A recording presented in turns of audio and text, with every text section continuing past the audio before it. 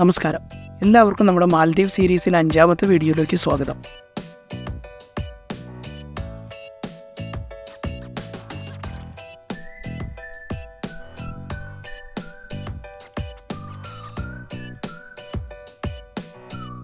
ഇന്നലെ മാൽഡീവ്സിലെ മാഫുഷി എന്ന് പറഞ്ഞൊരു ഐലൻഡിലെത്തിയ ഞങ്ങൾ ഇന്നത്തേക്ക് ഒരു full day snorkelling trip book ചെയ്തേക്കാണ്. ആ ടൂറിൻ്റെ നടുക്കാണ് ഞങ്ങളിപ്പോൾ. രാവിലെ ഏകദേശം 9:15 മാഫുഷി ഐലൻഡിൽ നിന്ന് ഇറങ്ങിയ ഞങ്ങൾ ഫസ്റ്റ് സെഷൻ സ്നോർക്ലിംഗ് ഒരു കോർണർ ഐലൻഡിൽ വെച്ച് കംപ്ലീറ്റ് ചെയ്തു. ഇനി രണ്ടാമത്തെ സ്റ്റോപ്പിംഗ് പോയിന്റിലേക്കാണ് നമ്മൾ പോയിക്കൊണ്ടിരിക്കുന്നത്.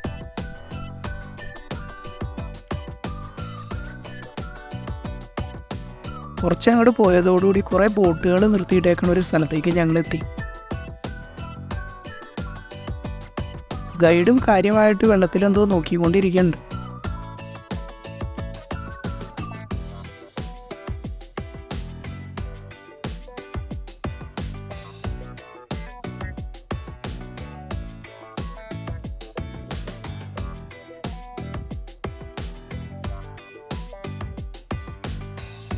ഷാർക്കുകളുള്ള പോയിന്റ് എത്തിയെന്നും എല്ലാവരും സ്നോർക്ലിംഗ് ഗിയർ എല്ലാം ഇട്ട് വെള്ളത്തിലേക്ക് ചാടിക്കോളാൻ പറഞ്ഞു. ബോട്ടിലൊരു ജോലിക്കാരൻ എന്തോ കവറൊക്കെ ആയിട്ട് ബാക്കിലേക്ക് പോയിട്ടുണ്ട്.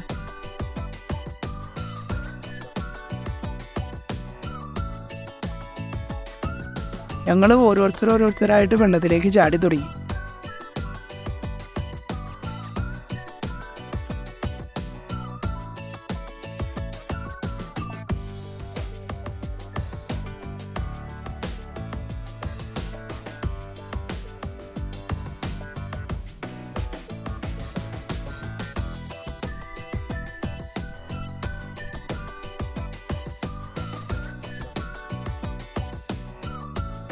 ഞങ്ങളുടെ ഗൈഡ് ആദ്യം ചാടിയതിന് ശേഷമാണ് ഓരോരുത്തരായിട്ട് വെള്ളത്തിലേക്ക് ഇറങ്ങിയത്.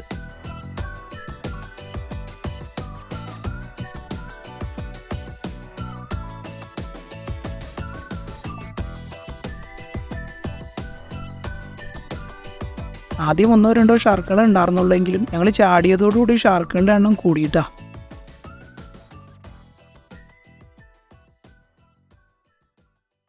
അങ്ങനെ അധികം താമസിക്കാണ്ട് ഞങ്ങളുടെ ചുറ്റും ഷാർക്കുകൾ വന്ന് നിറഞ്ഞ്.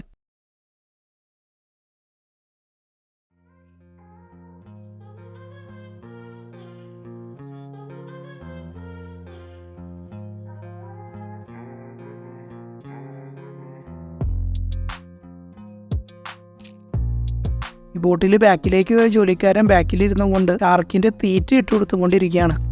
അതുകൊണ്ടാണ് ഈ ഷാർക്കുകളെല്ലാം ഇവിടെ കൂടിയേക്കുന്നത്.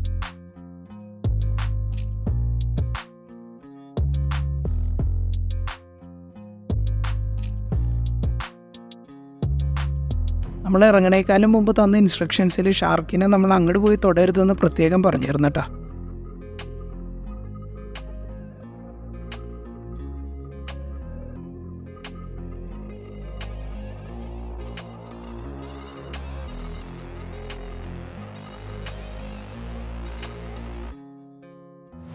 ഈ ട്രിപ്പിൽ ഞങ്ങൾ 8 പാർട്ടിസിപ്പൻസ് ഉണ്ടെങ്കിലും ഇപ്പോൾ വെള്ളത്തിൽ 4 പേരുള്ളൂ. ബാക്കി 4 പേരും ബോട്ടിൽ തന്നെയുണ്ട്.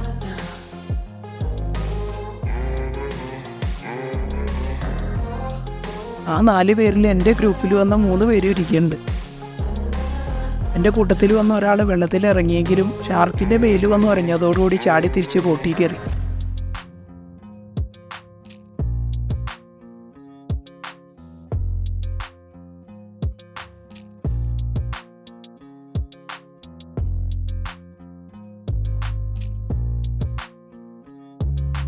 ഇപ്പോൾ അവർ സമാധാനത്തോടുകൂടി അവിടെ ഇരുന്ന് എൻ്റെ വീഡിയോയും അതുപോലെ തന്നെ ഷാർക്കുകളുടെ വീഡിയോ എല്ലാം ബോട്ടിലിരുന്ന് എടുത്തുകൊണ്ടിരിക്കുകയാണ്.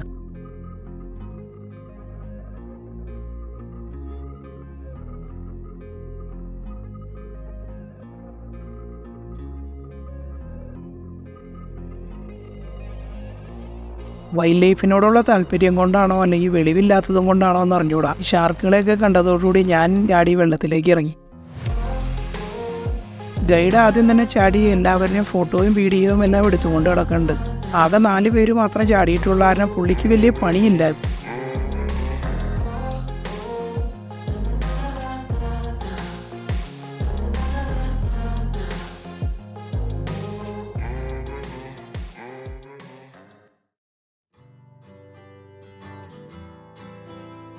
ഇത് പൊതുവേ ഒരു ആഴം കുറഞ്ഞ ഏരിയയാണ്.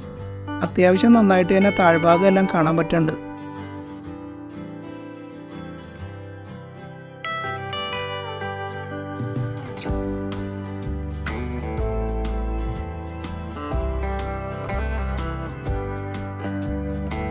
രാവിലത്തെ കോറൽ ഐലൻഡിലെ സ്നോർക്ലിംഗ് സെഷൻ കഴിഞ്ഞതോടുകൂടി ഞാൻ സ്നോർക്ലിംഗ് ഒന്ന് കംഫർട്ടബിൾ ആയിട്ടുണ്ട്.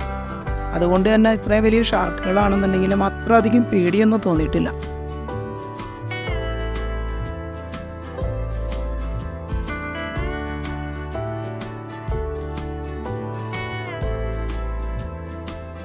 ഷാർക്കിന് ഇവർ ഫീഡായിട്ട് കണവേനെയാണ് ഇട്ട് കൊടുത്തുകൊണ്ടിരിക്കുന്നത്. ഞങ്ങൾ ഇറങ്ങാൻ നേരത്ത് ബോട്ടിലെ ജോലിക്കാരൻ ബാക്കിലേക്ക് പോയത് കണവയുള്ള കവറുകളെല്ലാമായിട്ടായിരുന്നു.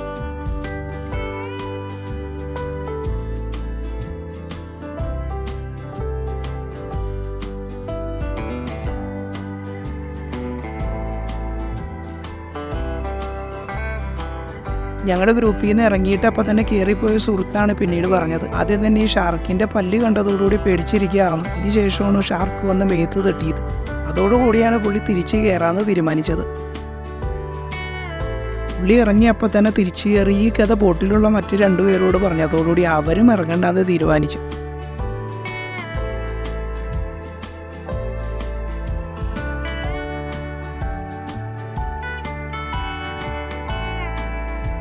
ഇത് നേഴ്സ് ഷാർക്ക് എന്നറിയപ്പെടുന്ന ഒരു ഷാർക്ക് സ്പീഷീസാണ്. കാണുമ്പോൾ വലിയ ഭീമാകാരന്മാരൊക്കെ ആണെങ്കിലും ഇവർ പൊതുവെ അക്രമ സ്വഭാവക്കാരല്ല.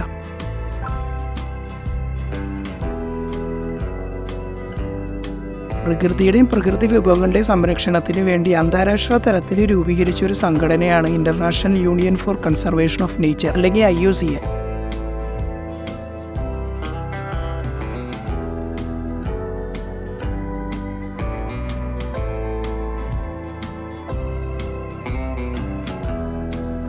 IUCN പട്ടിക പ്രകാരം നേഴ്സ് ഷാർക്കുകൾ വംശനാശ ഭീഷണി നേരിടുന്ന ഒരു സ്പീഷീസാണ്. ഇവരുടെ ആവാസ വ്യവസ്ഥയുടെ തകർച്ചയാണ് ഇതിന് പ്രധാനമായിട്ടുള്ള കാരണം.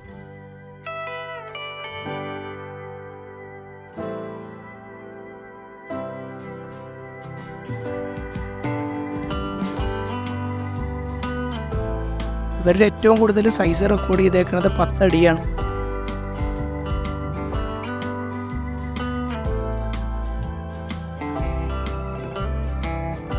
കുറച്ചു നേരം കഴിഞ്ഞപ്പോഴേക്കും ഗൈഡ് തിരിച്ചു കയറേണ്ടവരുടെ അടുത്ത് തിരിച്ച് കയറിക്കോളാൻ പറയുന്നുണ്ട്.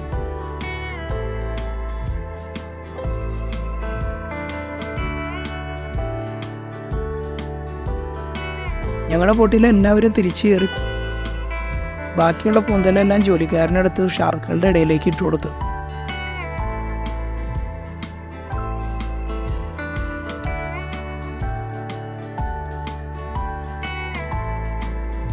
അധികം വൈകാണ്ട് ഞാനും ബോട്ടിലേക്ക് തിരിച്ചു കയറി.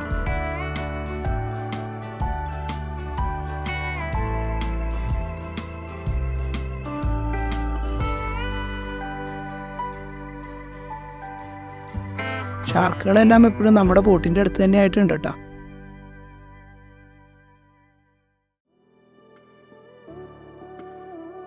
നമ്മുടെ ബോട്ട് കൂടാതെ വേറെയും ബോട്ടുകൾ വന്നും പോയി കൊണ്ടിരിക്കുന്നുണ്ട്.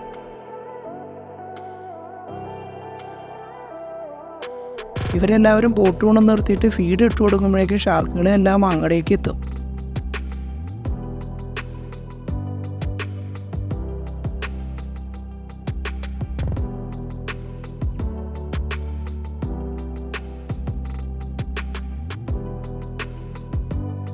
ഇത്രയും ഷാർക്കുകളുടെ എണ്ണം കണ്ടിട്ടാണെന്ന് തോന്നുന്നു പ്രൊഫഷണൽ ക്യാമറയും അതുപോലെ തന്നെ അതിൻ്റെ ഹൗസിങ്ങും എല്ലാമായിട്ട് 2 പേര് വന്നിട്ടുണ്ട്. അവർ ഫോട്ടോയും വീഡിയോയും എടുത്തുകൊണ്ടിരിക്കുകയാണ് ഷാർക്കുകളുടെ. പ്രൊഫഷണൽ ക്യാമറാസ് വെള്ളത്തിൻ്റെ അടിയിൽ ഉപയോഗിക്കാൻ പറ്റുന്ന കവറിനാണ് ഈ അണ്ടർ വാട്ടർ ഹൗസിംഗ് എന്ന് പറയണത്. ഞാനും ഈ ട്രിപ്പ് പോകാനേക്കാളും മുമ്പ് ഒരു ക്യാമറ ഹൗസിംഗ് എല്ലാം നോക്കി വെച്ചതായിരുന്നു. എൻ്റെ ക്യാമറയ്ക്ക് സ്യൂട്ട് ആവണ അത്യാവശ്യം തെറ്റില്ലാത്ത ഹൗസിംഗ് ഞാൻ ചെക്ക് ചെയ്തപ്പോൾ ഏകദേശം 1.5-2 ലക്ഷം രൂപയാണ് വില കാണിച്ചത്.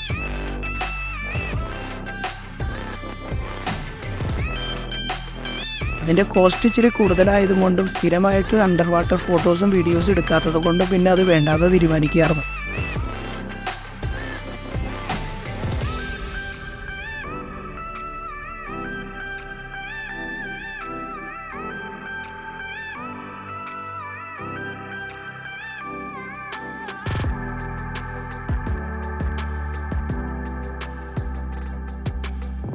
അടുത്ത പോയിന്റ് സാൻഡ് ബാങ്ക് ആണെന്ന് പോണ വഴിക്ക് നമുക്ക് ഡോൾഫിനെ തപ്പിയും കൊണ്ട് പോകാമെന്നാണ് ഗൈഡ് പറയണത്.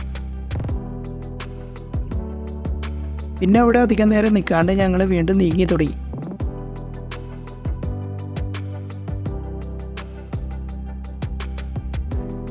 സാൻഡ് ബാങ്കിലേക്ക് പോണ വഴിക്ക് എണ്ണം അധികം ഇല്ലെങ്കിലും അത്യാവശ്യം കുറച്ച് ഡോൾഫിൻസിനെ ഞങ്ങൾക്ക് കാണാൻ പറ്റിയിട്ടോ.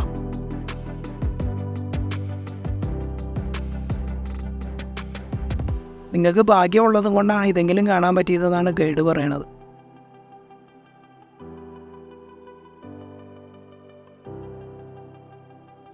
ചില സമയത്ത് വലിയ ഗ്രൂപ്പുകളായിട്ടായിരിക്കും ഇവരെ കാണാൻ പറ്റുന്നത്.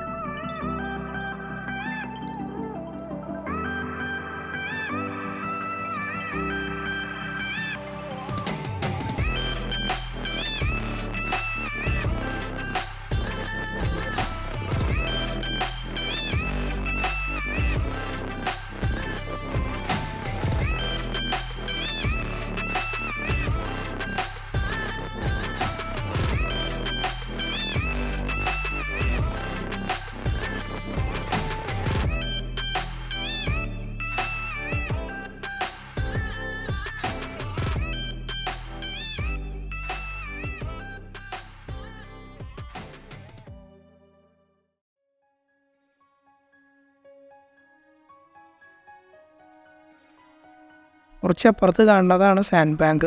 അതിനോട് ചേർന്നൊരു ക്രൂസ് ഷിപ്പ് ആങ്കർ ചെയ്തിട്ടുണ്ട്.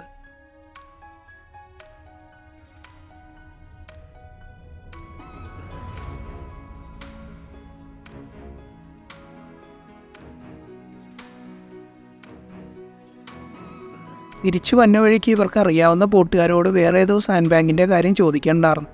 പക്ഷേ വേലിയേറ്റം കാരണം അവിടെ വെള്ളം കയറി കിടക്കുന്നത് കൊണ്ടാണ് ഇങ്ങോട്ട് തിരിച്ചത്.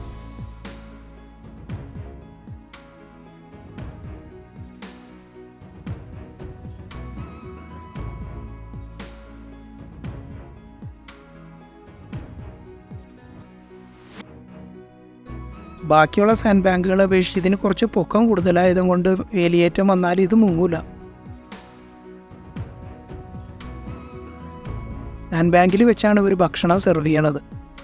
ബോട്ടിൽ ഇത്രയും ആളുകളുടെ വെയിറ്റ് ഉള്ളതും കൊണ്ട് ഇത് തീരത്തേക്ക് എടുക്കാൻ ബുദ്ധിമുട്ടാണെന്നാണ് ഇവർ പറയണത്. അതുകൊണ്ട് തന്നെ ആളുകളെല്ലാം ഇറങ്ങിയതിന് ശേഷം വേണം ഇവർക്ക് ബോട്ട് തീരത്തേക്ക് അടുപ്പിച്ചിട്ട് ഭക്ഷണ സാധനങ്ങളും ബാക്കിയുള്ള കാര്യങ്ങളും എല്ലാം സെറ്റ് ചെയ്യാനായിട്ട്. നല്ല പഞ്ചസാര മണലുള്ള ബീച്ചാണ് ഫ്രണ്ടിൽ കാണുന്നത്. നമ്മുടെ കേരളത്തിനോട് ഏകദേശം സാമ്യമുള്ള കാലാവസ്ഥ തന്നെയാണ് ഇവിടെയും. അതുകൊണ്ട് തന്നെ ഏപ്രിലിലെ ചൂട് നിങ്ങൾക്ക് എല്ലാവർക്കും അറിയാലോ. ഈ പഞ്ചസാര മണലെല്ലാം പഴുത്ത് കിടക്കാണ്. എല്ലാവരും ഇറങ്ങിയതോടുകൂടി അവർ പയ്യെ ബോട്ട് കരയിനോട് അടുപ്പിച്ചു. അതിനുശേഷം ഭക്ഷണ സാധനങ്ങളും ടവൽസും കുടയെല്ലാം എടുത്തു വെച്ച് തുടങ്ങി.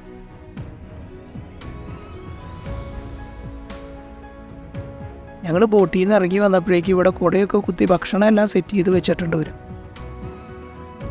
പറഞ്ഞതനുസരിച്ച് ഞങ്ങൾക്ക് 3 പേർക്കും നോൺ വെജ് ഐറ്റംസും ഒരാൾക്ക് വെജിറ്റേറിയൻ മീൽസും ആണ് കൊണ്ടുവന്നേക്കുന്നത്. ഞങ്ങളെ കൂടാതെ ക്രൂസ് ഷിപ്പിലെ കുറേ ആളുകളും അതുപോലെ തന്നെ പല പല ബോട്ടുകളും ഇവിടെ തന്നെയാണ് ലഞ്ചിന് ഒതുക്കുന്നത്. ഭക്ഷണം കഴിച്ചു കഴിഞ്ഞപ്പോൾ ഞങ്ങളെല്ലാവരും കൂടി കടലിലേക്ക് ഇറങ്ങി. ഈ വെള്ള കളറ് ബീച്ചും അതുപോലെ ഈ കളറുള്ള വെള്ളവും കണ്ടു കഴിഞ്ഞാൽ ആർക്കും ഇറങ്ങാണ്ടിരിക്കാൻ പറ്റണത്. ഞങ്ങൾ മാത്രമല്ല കേട്ടോ, മറ്റുള്ള പാർട്ടിസിപ്പൻസും ഭക്ഷണം കഴിച്ചതോടുകൂടി കടലിൽ തന്നെയാണ് കേട്ടോ. ഈ സമയത്ത് ഗൈഡ് മറ്റുള്ളവരുടെ വീഡിയോ ഫോട്ടോ എല്ലാം ഡ്രോണിൽ എടുക്കുന്ന തിരക്കിലായിരുന്നു. അവരുടെ എല്ലാം കഴിഞ്ഞതോടുകൂടി ഞങ്ങളുടെ വീഡിയോ എടുക്കാനായിട്ട് തുടങ്ങി.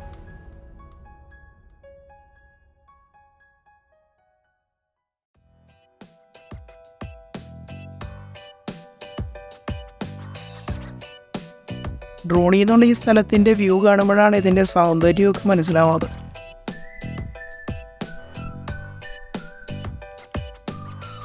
ഗൈഡ് പറഞ്ഞതനുസരിച്ച് പല പല പോസുകൾ ഞങ്ങൾ തിന്നു തുടങ്ങിയപ്പോഴേക്കും ഡ്രോൺ അത്യാവശ്യം ചൂടായി.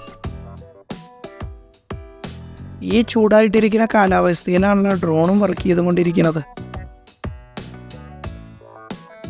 അതുകൊണ്ട് തന്നെ 5 മിനിറ്റ് കഴിഞ്ഞ് കഴിഞ്ഞപ്പോൾ ഡ്രോൺ റെക്കോർഡിംഗ് നിർത്തി.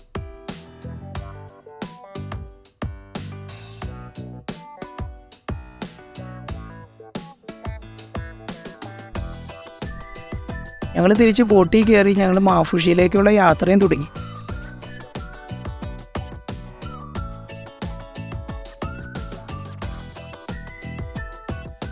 രാവിലെ വന്നതിലും സ്പീഡിലാണ് ഇപ്പോൾ ബോട്ട് പോയിക്കൊണ്ടിരിക്കുന്നത്.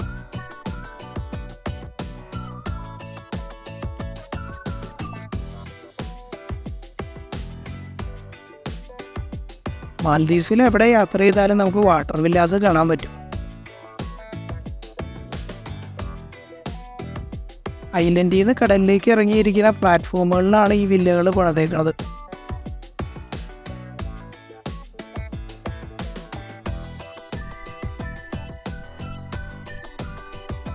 മുഴുവനായിട്ടും വെള്ളത്തിൻ്റെ മേലിൽ നിൽക്കുന്ന ഈ വില്ലകളിലേക്ക് എത്തുന്നത് ബീച്ചിൽ നിന്ന് വന്ന പ്ലാറ്റ്ഫോമുകളിൽ കൂടെയാണ്. ഈ പ്ലാറ്റ്ഫോം എന്ന് പറഞ്ഞു കഴിഞ്ഞാൽ നമുക്ക് നടക്കാനും പറ്റും, അതുപോലെ തന്നെ ചെറിയ ബാറ്ററി വെഹിക്കിൾസ് എല്ലാം കൊണ്ടുവരാനും പറ്റണ വഴിയാണ് കേട്ടോ.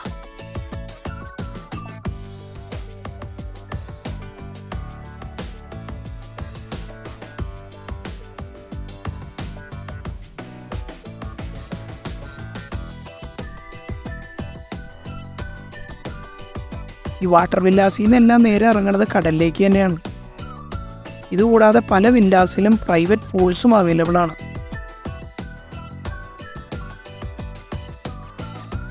മാഫുഷി കൂടാതെ വേറെ ഐലൻഡുകളിൽ നിന്നും ഇങ്ങോട്ട് ഡേ ടൂറുകൾ വന്നുകൊണ്ടിരിക്കുന്നുണ്ട് കേട്ടോ.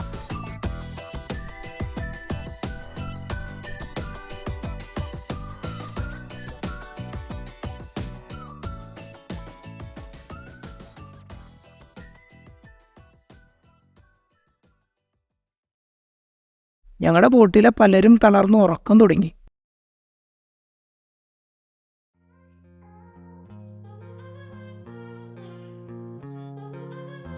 അധികം താമസിക്കാണ്ട് ഞങ്ങൾ മാഫുഷി ഐലൻഡിലെത്തി ഹോട്ടലിൽ കയറി ഒന്ന് ഫ്രഷ് ആയിട്ട് തിരിച്ചിറങ്ങി. ഐലൻഡിൻ്റെ നെയിം ബോർഡിൻ്റെ ഫ്രണ്ടിൽ കുറച്ച് ഫോട്ടോസൊക്കെ എടുത്ത് നിന്നപ്പോഴേക്കും സൂര്യൻ താഴ്ന്നു തുടങ്ങി.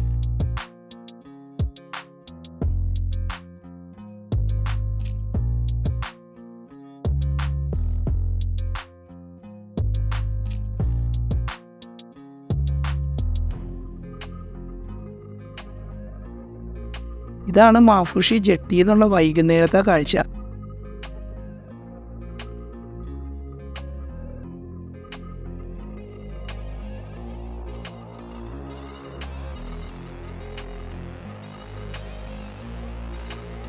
സൂര്യൻ പതിയെ താഴാൻ തുടങ്ങിയതോടുകൂടി നമ്മൾ ഇന്നലെ പോയ യാച്ചൊക്കെ നല്ല ഭംഗിയായിട്ടാണ് കാണാൻ പറ്റണത്.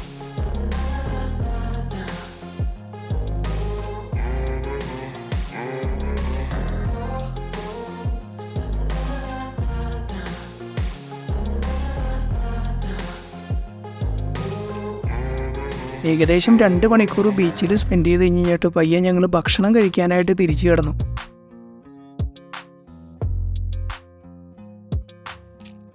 തിരിച്ച് നടക്കണ വഴി നാളത്തേക്കുള്ളൊരു ട്രിപ്പ് ഞങ്ങൾ ബുക്ക് ചെയ്തിട്ടുണ്ട്.